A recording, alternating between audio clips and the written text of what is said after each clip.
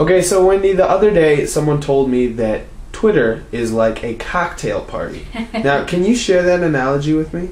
Yeah, so a lot of people use that Twitter cocktail party analogy. I like to adapt it and say that it's like your industry association meeting, that monthly meeting or luncheon you go to where you know who's going to be there. You look forward to seeing Bob and Fred and Joe and Mary, and you have certain things you want to share with them, certain conversations that you have that you're connected because you're a part of that community or part of that association.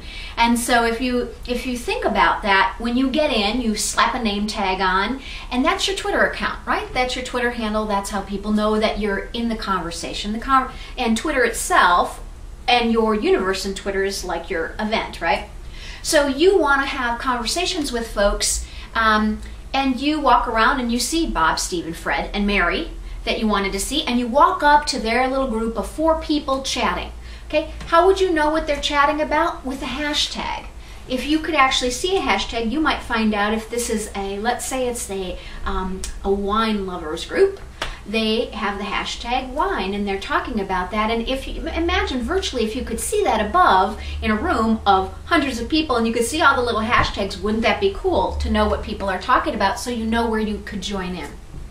So if you think about it, then if your content and what you're sharing has information that can help people see it, that's interesting to other folks, right? And that that is tagged appropriately so that other folks can join in, imagine how effective that can be. So you've walked across the room, you've walked up to the group, and when you walk up to the group, you actually are usually quiet initially after you say hello. And you try to chime in or wait for the moment where you can participate in the conversation because you want to get up to speed of the conversation. Well, what I try and share with people is that's like when someone checks you out. So you follow them and you say, I'd love you to join in the conversation. Okay, you follow them. They come take a look at your profile, and they may look at 6 to 10 tweets to see if they want to join that group of 4 people that are standing there and, join in. Now, if you do not tweet in a way that's welcoming to folks, they're not going to want to stand there and share because they won't know how to join in, and so they'll move on to another group.